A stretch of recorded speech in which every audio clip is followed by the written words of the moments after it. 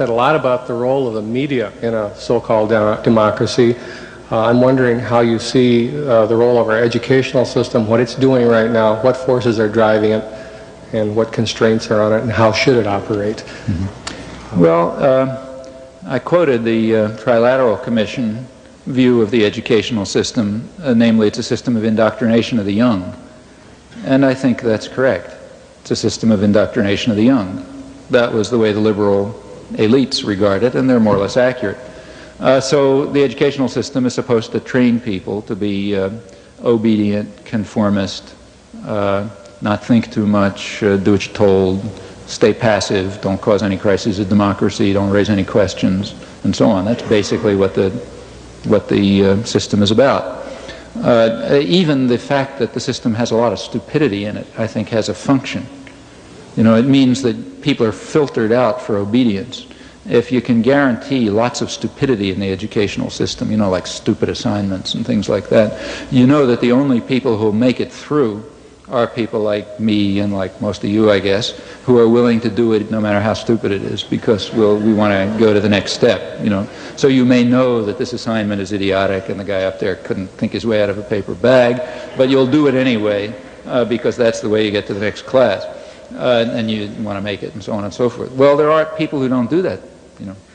There are people who say, I'm not going to do it, it's too ridiculous, you know. Those people are called behavioral problems, or something like that. They end up in the principal's office or in the streets or selling drugs or whatever. And all of this is a technique for selection for obedience. And I don't know how to prove this, but I have a feeling that when you go to the elite universities, you find more obedience and conformity, probably because you're getting the students who were better able to do it, you know. Well, all of that is functional. That's the way it works. And it works right through graduate school. I mean, by the time you get to graduate school, it's already a little more varied because some real contradictions develop in the system. The problem is that you can't have progress this way. You know, now especially in the sciences and engineering, that's a problem because the corporations need science and engineering. You know, if you don't have innovation, you're really in trouble. So they have to encourage creativity and independence because you can't get anywhere if you just copy what somebody told you. You have to be challenging things all the time, challenging everything, you know, and thinking new thoughts and so on. And there you got a real contradiction. It's hard to train people to be creative and challenging and so on, and yet to ensure that somewhere else in their lives they're conformist and obedient and never think. So you have problems. That's a serious problem in Japan, incidentally. We think of Japan as this tremendous superpower, but that's very misleading.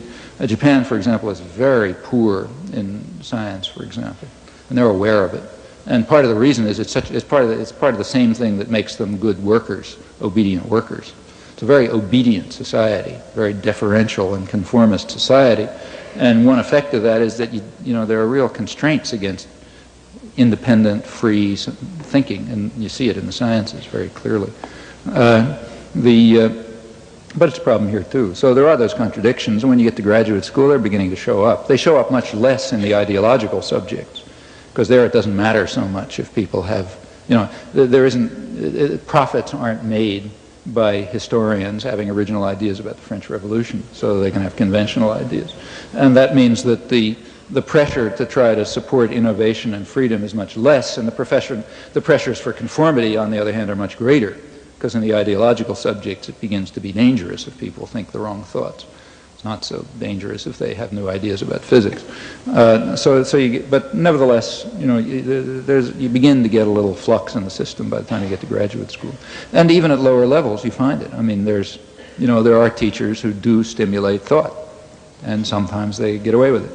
And all the way through, you know, if people are learning things, you just can't control, you can't make them just regurgitate what they heard.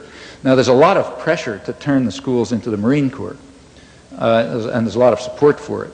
For example, there's this bestseller last couple of years by Alan Bloom.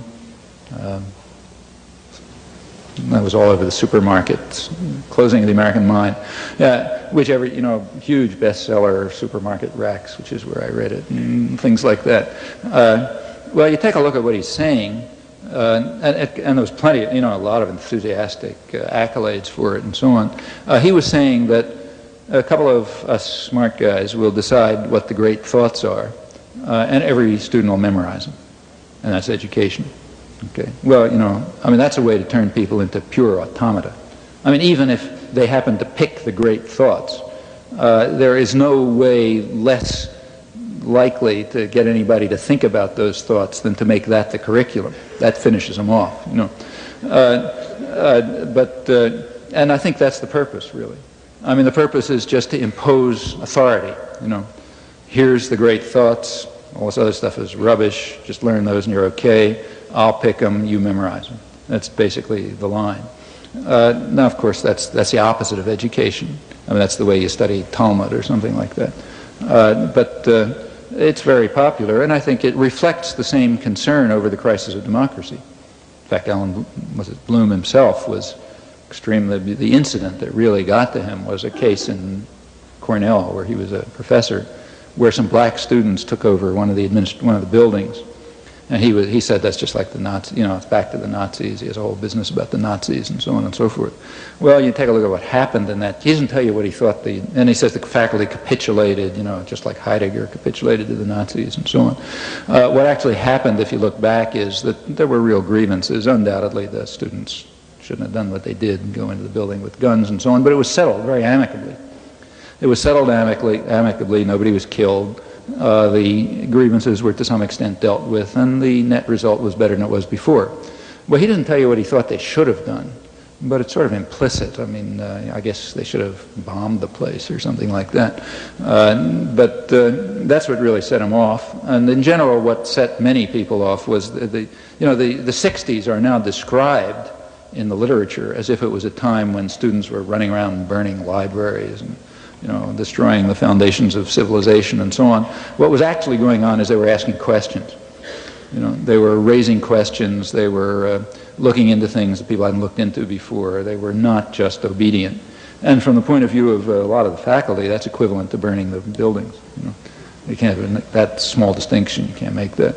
There's pressure to turn the schools back to the days when you didn't have to worry about those things, like disobedient students asking questions about things that you didn't tell them to think about and so on.